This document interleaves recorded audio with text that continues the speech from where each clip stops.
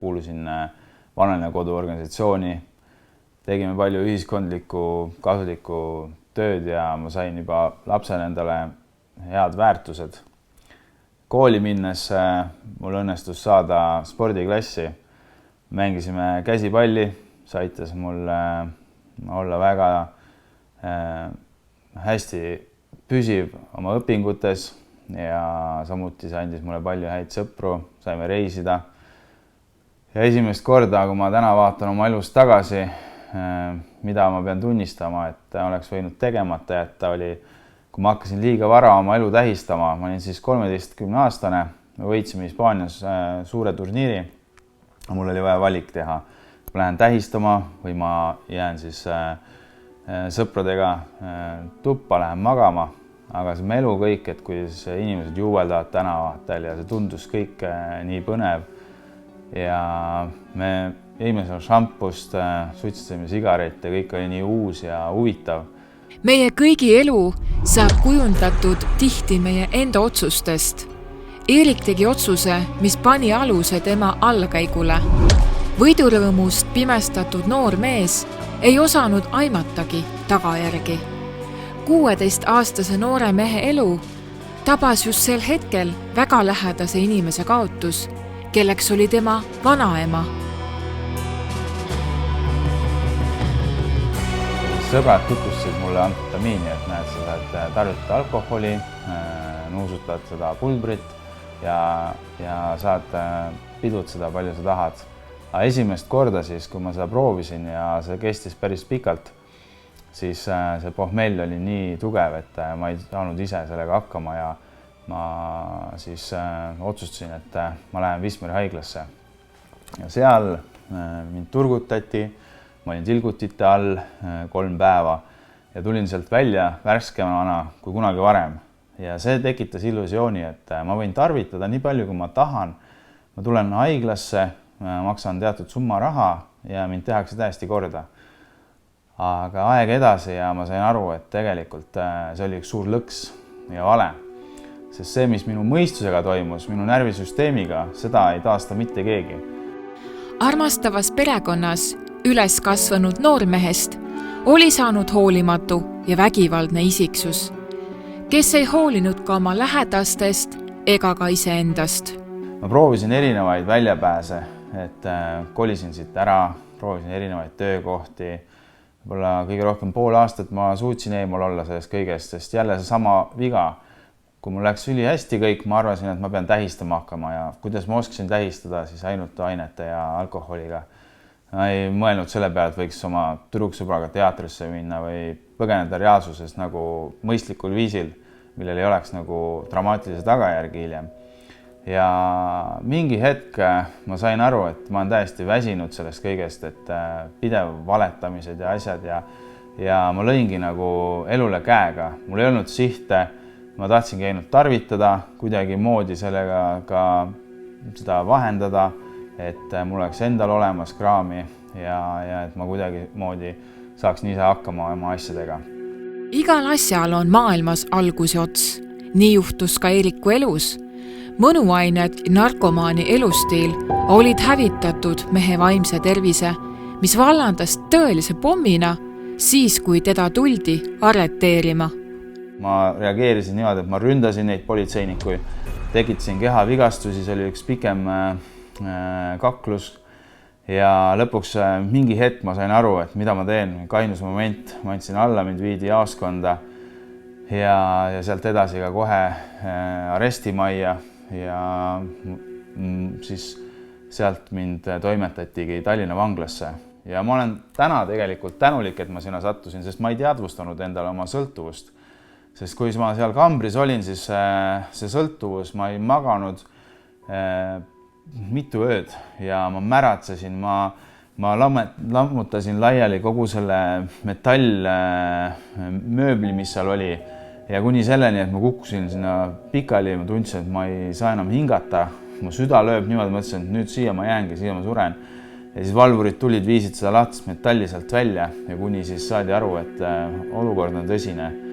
Vanglas olles ilmnesid tõsised terviseprobleemid, mis vallandas vägivalla töötajate vastu.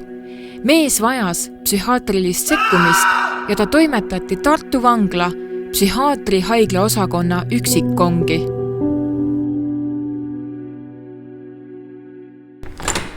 Ja esimene päev, kus ma mõtlesin, et ma märatsen seal, rahustid ei aidanud ja ma panin selle kambri seal põlema ja ma mäletan seda, et mul toodi paberriided selga, võeti kõik minu isiklikud asjad ära ja ma mäletan, et kanged rahustid peale ja mõtlesin, et ma olen 24-aastane, et kõik nüüd on läbi. Et ma olengi ainult ravimite najal püsti ja mul ei ole jõudu ei sporti teha, lugeda ma ei suutnud mitte midagi, ma ei mäletanud midagi. Mehel tekkis sisemine soov ja igatsus endaga midagi ette võtta ja koges kellegi hoidmist. Ta oli veendunud, et keegi väljaspoolt sekkub, et teda aidata. Kõrval oli üks noor mees, kelle ema saatis pidevalt kristlikku kirjandust ja seal oli ka Lootsuse küla infovoldik. Ja ma saatsin sellele mehele siis arstide kaudu sigarette raamatute vahel ja ta saatis mulle vastu ümbrike, marke. Mul oli endal keelud peal, ma sain tema kaudu kirju kirjutada. Ja ma hakkasin lugema järjest rohkem ja kui ma vaatasin seda Lootsuse küla infovoldikut, siis ma mõtlesin, et ma tahaks sinna jõuda ühel päeval. Ja kõrvalkambris siis oli üks mees, kes kuulas pereraadiot. Oli selline raadio, mis võttis ainult välja pereraadiot ja soovitas mulle, et räägi kaplaniga. Ja mul ei olnud midagi kaotada. Kaplan tuli siis ka minu juurde ja ma ei suutnud endale andestada seda kõike, aga ta ütles, et sa oled noor mees, et sa saad veel midagi head tegema, et noorte heaks, et pane tähele, et sinu vead võivad säästa kellegi teist nendest probleemidest. Ja see võttis kuidagi mind mõtlema ja see aeg läks nii edasi, et 2 kuuga arstid nägid muutust, ma ütlesin, ma tahaks nendest ravimitest lahti saada. Ma sain uuesti trenni hakata tegema ja mind viidi siis üle tagasi Tallinna vanglasse. Ja suurim ime oligi, et kui mul oli 6 kuud olnud eeluurimise all, siis ühel päeval avanes kambris siis nii-öelda aken ja öeldi, ma vabanen. Ja see oli minu jaoks täiesti uskumatu, et öeldakse, et istung jäi ära reedel ja faksiga saadeti, et Tartu vangla psühhiaatri osakond oli mind süüdimatuks tunnistanud. Vaatamata eelnevale, mida Eerik tundis ja koges, juhtus siiski nii, et samal päeval, kui tuli ootamatu vabanemine, alustas ta uuesti tarvitamist. Tugev tarvitamine oli jätnud väga sügava jälje mehe psüühikale. Ilmnesid hallutsinatsioonid ja mõistus hakkas kaduma. Hirm oli see, mis pani mehe põlvedele ja paluma abi Jumalalt. Seda tehes tuli Eerikule meelde, et tal on oma asjade hulgas Lootuse küla infovoldik, millel olevat kontakti ta koheselt kasutas. Ja mind võeti sinna vastu ja seal oli tõesti nii eriline keskkond, kus on armastavad inimesed, kes hoolivad, kes tahavad tõsiselt aidata ja ma jäin sinna.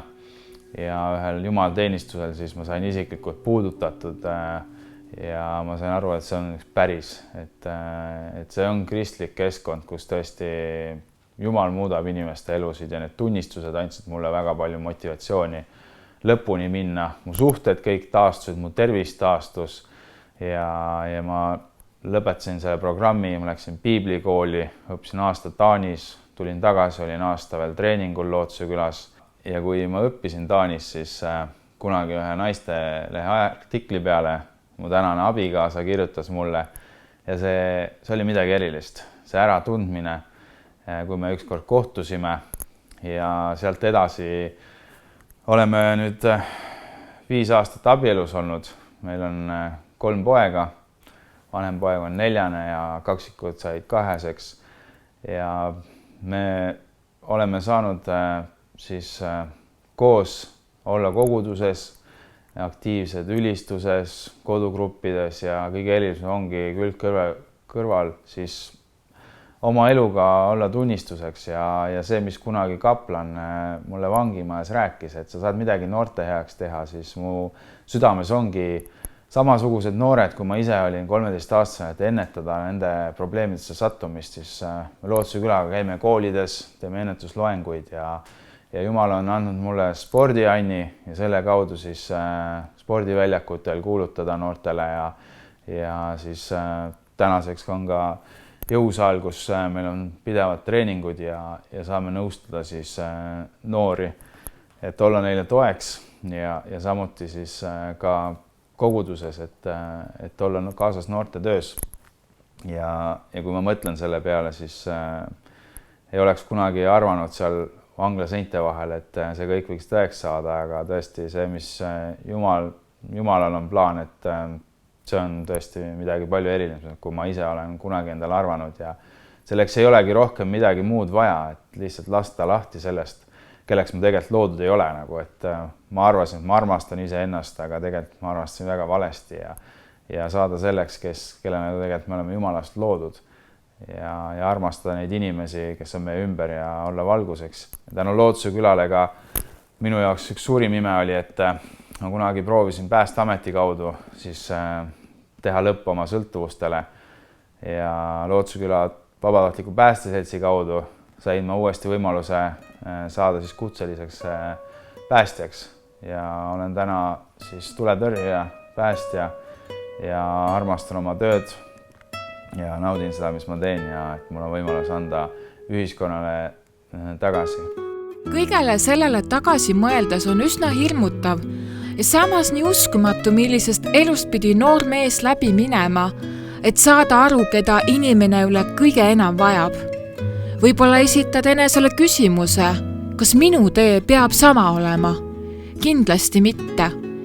Selline oli Eeriku tee tänaseni ja millisena see jätkub, sõltub ikka meie enda otsustest ja valikutest.